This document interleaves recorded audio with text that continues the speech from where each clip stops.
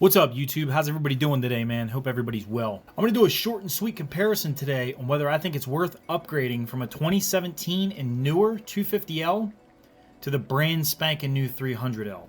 I'm going to overlay my audio to some ride footage for you. That way you don't have to stare at my face, a boring video or anything like that for me to explain everything for you and what my thoughts are of the 300L. So please do go ahead and enjoy the ride along while I give you my thoughts on the 300L and whether I feel it's worth an upgrade if you already own a newer 250L. I want to put this out there first and foremost though. We'll get into the juicy details shortly, but if you have a 2016 250L and older, I do indeed think it will highly benefit you to upgrade to the 300L. So I'm not going to go into significant detail on my reasons for that, but what I will say is that 2016 to 2017 was the year when they did the first, I'll say major, they said major, not really that major, but when they did the first major upgrades to the 250L from the previous models. That's why I say that. So if you own an older 250L prior to 2017, I think you would greatly benefit upgrading to a 300L. You don't have to, but I think that the changes on the 300L would benefit you more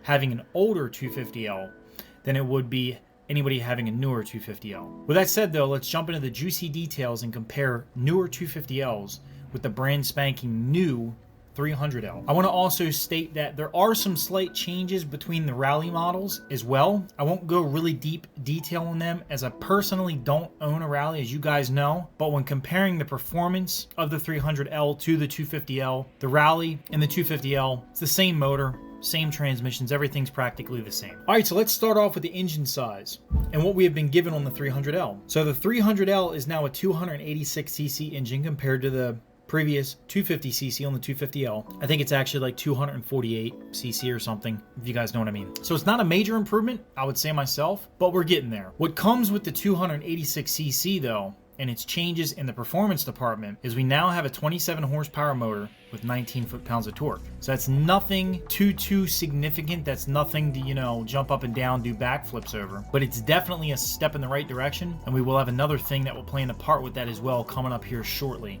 That'll also benefit towards the increased power and torque. They kind of play hand in hand. So that's roughly about 2.5 horsepower more than the 250L and roughly about 3 foot-pounds of torque more than the 250L.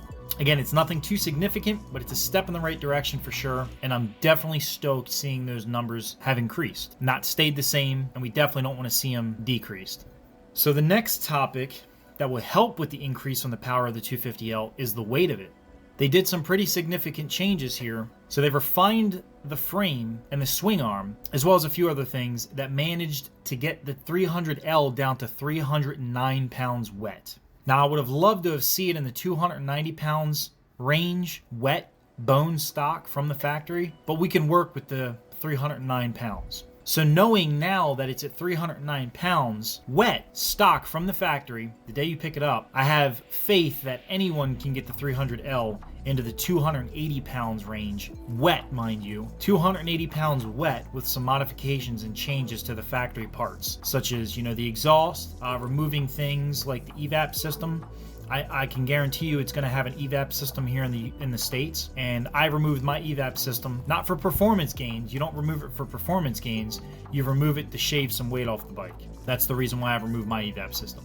This is what plays hand in hand with the horsepower and torque increases though, is now that the bike is lighter and the bike's pulling, less weight, it's going to perform a little bit better. So now that the horsepower and torque numbers on the 300L have increased from what mine are, that lighter weight is going to benefit it because now it's going to perform even better. Again, I would have liked to have seen more, horsepower and torque. I would have liked to have seen 30 horsepower, but again, we can work with what they gave us. The 300L now has a slipper clutch with a lighter lever load.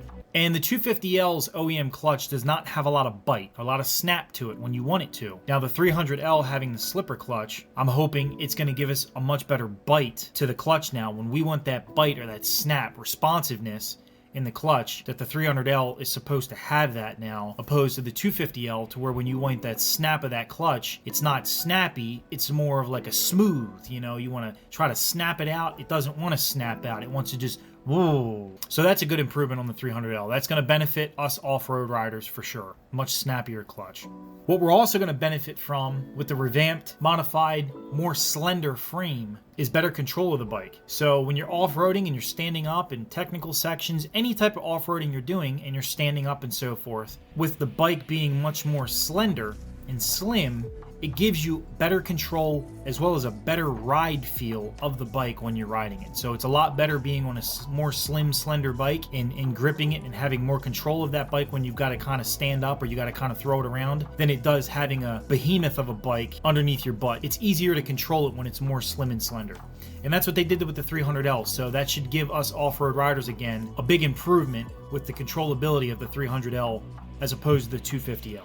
So they did some improvements to the fuel tank on both the 300L and the 300L Rally as well. It's nothing really too significant for me. Some people it may be a great thing with the improvements to the fuel tank. Some people it may save you a couple $100. The aftermarket fuel tanks are not cheap. I know firsthand. I have one. I have an aftermarket tank on my bike. They are not cheap at all. And this could save quite a few people a couple $100, up front, if they want to replace the tank on their bike, because it might be adequate enough for them. You never know. So we'll see. Could save you some money there. So that's a good improvement. So next up is going to be the gearing of the 300L. So they changed the gear ratios in first to fifth as well as sixth gear.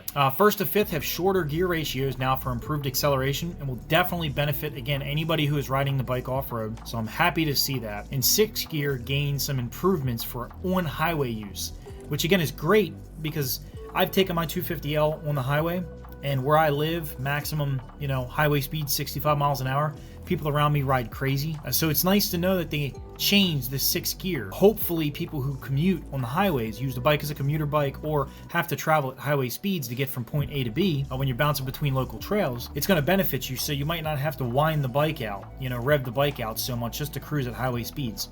So that's a good thing. That's another, good improvement that I like to see. The next up is going to be the suspension of the 300L. So it's still squishy, apparently, compared to the 250L, the stock 250L, but we did get some improvements in the travel department, both front and rear. We also have increased ground clearance now. Front and rear travel distance on the 300L is now at 10.2 inches on both ends, which puts it up respectively 0.4 inches and 0.8 inches. And the ground clearance is now at 11.2 inches. But apparently the Rally has 10.9 inches ground clearance. So the 300L is a little bit better in the ground clearance department than the Rally is. The braking department hasn't really changed much. Just has the options now with the ABS to where you can flip a switch, turn the ABS on or off, which is a good thing because if you have ABS, you know that when you're riding off-road, you don't want to have ABS enabled. So it's nice to know that you can just, with a flip of a switch, turn it off while you're riding off-road, hit the pavement, turn it back on. Not a big game changer for me because none of my motorcycles have ever had ABS. And I just feel like it's just an added extra weight to a bike that I'd prefer to not have the added extra weight. So I'd opt to have no ABS over ABS. If it's just a pound or something, no big deal. But maybe one day when I get another, when I get a new bike and it has ABS, then I'll be able to see what ABS is all about on a motorcycle. The seat profile on the 300L is 34.7 inches. Nothing major there. All right, guys, so basically that's all the major improvements on the 300L over the 250L. So at the end of the day, I don't think it's worth the upgrade if you own a newer 250L. The changes are a step in the right direction, that's for sure, and I'm stoked for the bike itself, but I don't think it's enough to make me want to swap out my 250L for it. If you have the extra money to just throw away and do it, great, that's no problem. Or if you have a much older 250L, then I think you would benefit from the upgrade for sure. But people like me that have somewhat of a newer 250L or a new 1 to 3 year old 250L, I don't think it's worth the money to upgrade your current bike just yet to the 300L. Well, hopefully you all enjoyed the video. Hopefully I can maybe help provide some answers for anyone who might have been thinking of upgrading to the 300L or swapping out their newer 250L for the 300L. As always, guys, hit that like button, subscribe, smash that notifications bell so you get notified on when I upload a new video. Please do leave a comment in the comments section below with any questions that you may have. Until next time, everybody, I will catch you on the next one. Adventure Zach is out. Much love. Get out there, ride on, everybody. Peace.